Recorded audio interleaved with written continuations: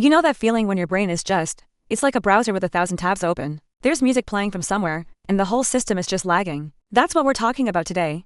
That feeling of being completely exhausted and trapped inside your own head.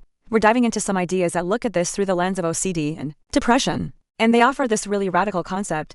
The mental noise isn't actually the problem. It's our reaction to the noise that is, which is such a huge distinction. The source material starts by saying that having a loud brain doesn't mean you're broken. It's a symptom. That's a massive validation right there.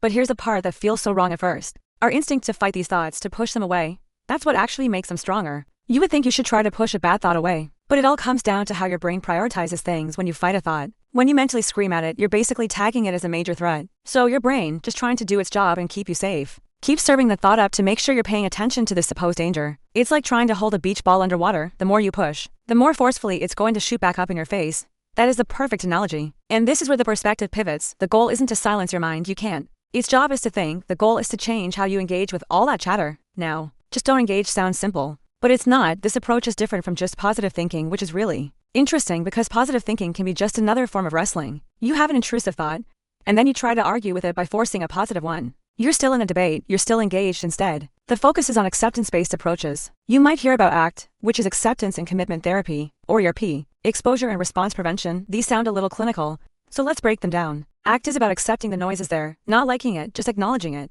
and then committing to doing what matters to you anyway. And ERP, which is really the gold standard for OCD, means you gradually face the thought that scares you, and then you prevent yourself from doing the usual ritual to fix it. You just sit with the anxiety. You sit with it until your brain learns, oh, this isn't actually an emergency. It sounds incredibly hard, but you can see how it would work. But for someone listening right now who just needs to get through the workday, there's a great practical tip: micro-mindfulness. This isn't an hour of meditation. It's like 30 seconds. The instruction is just to notice, oh, thinking is happening right now. And then gently go back to your task. You're not judging the thought or analyzing it. You're just labeling it. It's so neutral. It strips the power out of it. There was another brilliant tip for trying to focus when your brain is screaming: the short burst method. Just work for, say, 2 to 5 minutes. But here's the absolute key: don't wait for perfect focus. Do not wait. If you wait for the noise to stop before you start, you'll never start. The phrase they used was right with the noise, not against it. You can have the noise, and you can still do the thing. They can coexist. You build tolerance, not silence. That's honestly such a relief. You don't have to win the war inside your head just to live your life. But let's be realistic, this isn't an overnight thing. Recovery is gradual.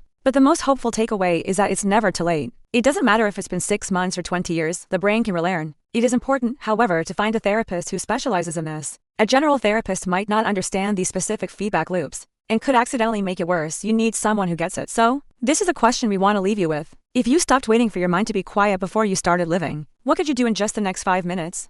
Thanks for diving in with us.